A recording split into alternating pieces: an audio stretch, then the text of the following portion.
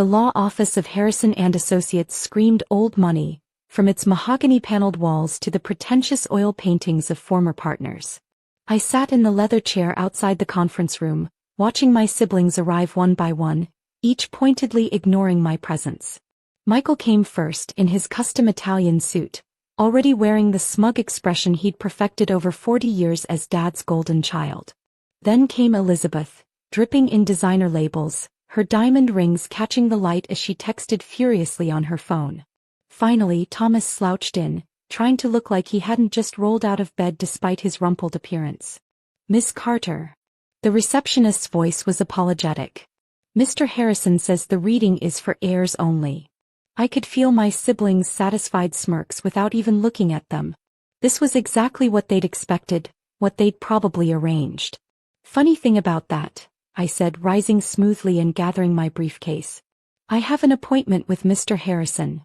"Sarah," Michael's condescending voice cut in, "don't make this more embarrassing than it needs to be. We all know Dad cut you out years ago." Ah yes, the famous cutting out. All because I'd refused to join the family real estate business, choosing instead to start my own company. Dad had been furious, declaring I was no longer his daughter. Little did he know what I'd been building while they weren't watching. "Actually," I replied, checking my watch, "I'm right on time for my 10 a.m. The conference room door opened and James Harrison himself stepped out. His eyes widened slightly when he saw me, but he maintained his professional demeanor. "Miss Carter, thank you for coming. Please all of you come in." Michael's face darkened. "Jim, she's not supposed to be here." Dad was very clear about Dash. "About his will, yes," Harrison interrupted smoothly. "But Miss Carter has some relevant information we need to discuss first." I followed them into the conference room, taking a seat directly opposite my siblings. The leather chair creaked as I set my briefcase on the polished table. "Before we begin the reading," Harrison said, "Miss Carter has requested a few minutes to present some documents." "This is ridiculous," Elizabeth snapped, finally looking up from her phone. "We all know Sarah was disinherited. She's just trying to cause trouble like always." I smiled, pulling out a stack of folders. "Actually, Liz, I'm here to save everyone some time. You see, before we get into what Dad left in his will, we should probably discuss what he actually owned when he died." Thomas frowned, his perpetual hangover apparently making it hard to follow. "What are you talking about? Dad owned everything, the apartment buildings, the office complexes, the shopping centers." "Did he?" I started laying out documents on the table. "Because these property deeds tell a different story." Michael grabbed the nearest folder, his face going pale as he read. This can't be right." "Oh, but it is," I said, continuing to arrange papers. "You see, while you were all busy running Dad's company into the ground, I was quietly buying up his properties. One by one, through shell companies and investment groups. Did none of you ever wonder why your biggest competitors were suddenly these mysterious corporate entities?"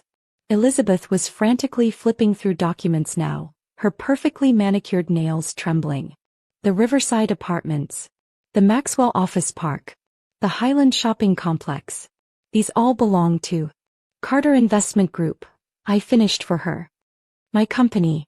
Well, companies technically. I have several." "But that's impossible," Michael sputtered. "Those are billion-dollar properties." "Yes, they are," I agreed. "And they've been mine for years." Dad was so busy being angry at me for not joining the family business he never noticed I was building my own. A much more successful one, as it turns out. Harrison cleared his throat. "This is why I agreed to this meeting. Miss Carter now owns approximately 85% of what you all thought was your inheritance." The silence in the room was deafening. Thomas had finally stopped looking hungover and was now just looking sick.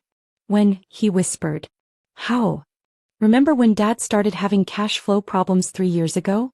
When he had to start selling properties to keep the company afloat?" I leaned back in my chair. "Who did you think was buying them?" "It started with the Riverside Apartments," I continued, enjoying their stunned expressions. "Dad was so proud of never selling to major corporations, always dealing with local investors. He never bothered to check that Highland Investment Partners was actually my company. Then came Maxwell Office Park through Summit Enterprises, also mine.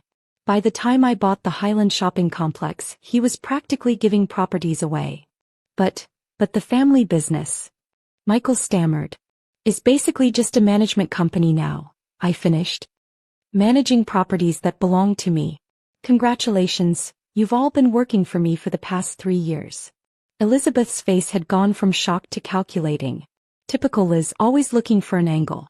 Daddy's will can challenge these sales, she said. We can prove you took advantage. No, Harrison interrupted, you can't. I reviewed all the transactions personally. They were completely legitimate fair market value sales. Ms. Carter simply had better business acumen than. He paused diplomatically, other parties involved. Did Dad know? Thomas asked quietly. At the end. I felt a flicker of emotion quickly suppressed. Yes. I told him 2 weeks before he died. Would you like to know what he said? They leaned forward despite themselves. He laughed, I said softly. Actually laughed. Said he should have known the daughter who refused to join his company would be the one to beat him at his own game. Michael's face had turned an interesting shade of purple. This is a trick. Some kind of manipulation. Would you like to see the bank transfers? I offered, pulling out more documents. The property assessments? The current rental income statements? I have it all here. While you 3 were playing at being real estate moguls, I was building an actual empire. But you run a tiny investment firm. Elizabeth protested. That little office downtown is the headquarters of a multi-billion-dollar corporation, I corrected. Just because I don't feel the need to show off doesn't mean I'm not successful. Something Dad finally understood right before the end. Harrison cleared his throat again. Perhaps now would be a good time to read the will? I nodded, settling back to watch the show. To my children Michael, Elizabeth, and Thomas, Harrison read, I leave my remaining business interests in properties, which, as Ms. Carter has demonstrated, consists mainly of the management company and a few smaller properties. My siblings sat in stunned silence as Harrison continued. To my daughter Sarah, I could feel their shock at hearing my name. I leave my private art collection and personal properties along with an apology. You proved me wrong, and I've never been happier to be wrong in my life. Elizabeth's phone slipped from her hand, clattering on the table. The art collection? But that's worth more than what's left of the business? I smiled. Yes, I know. Ironic, isn't it? This can't be legal, Michael declared, standing up. I'm calling our lawyers. Feel free, I said, gathering my documents. Though you might want to check the management company's contracts first. All those properties you've been managing? Those contracts are up for renewal next month. The threat hung in the air. Without those management contracts, their company would be worth practically nothing. You wouldn't, Thomas said. We're family. Family. I laughed, but there was no humor in it. Was it family when you all supported Dad cutting me out? When you mocked my little investment firm? When you spread rumors in the industry about my competence? I stood straightening my jacket. But you're right. We are family. Which is why I'm offering you all jobs working for me. Real positions, no nepotism. You'll start at entry level like everyone else. Entry level? Elizabeth looked like she might faint. But we have experience. No, I corrected. You have practice at spending Dad's money. Now you can learn how to actually earn it. Harrison was trying to hide a smile behind his hand. He'd watched this family's drama unfold for 30 years. This must be better than television for him. The management contracts, Michael said, his voice hollow. How much? Let's discuss it next week. My office, 9 a.m. Monday. Don't be late. I'm not as forgiving as Dad was about tardiness. As I walked to the door, I paused. Oh, and Elizabeth? That penthouse apartment you live in?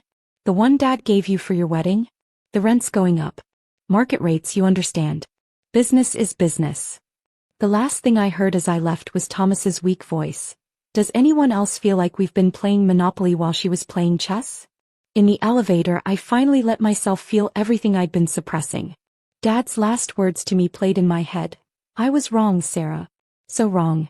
You didn't reject the family business. You reinvented it. My phone buzzed, a text from Mycio. How'd it go? Just as expected, I replied. Tell HR to prepare 3 entry-level training packages. And contact building management at Elizabeth's penthouse. Time to adjust the rent to market rate. Another buzz. Ruthless. I love it. Lunch to celebrate.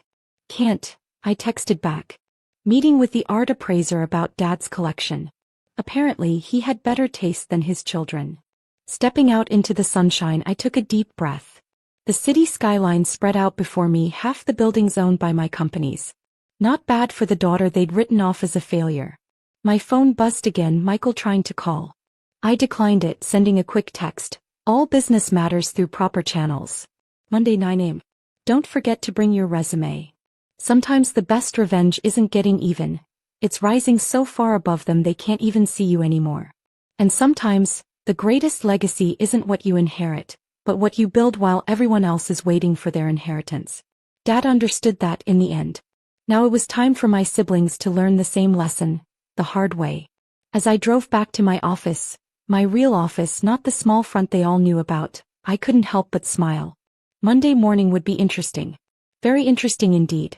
After all, nothing teaches humility quite like realizing the sister you dismissed as a failure has been your landlord all along.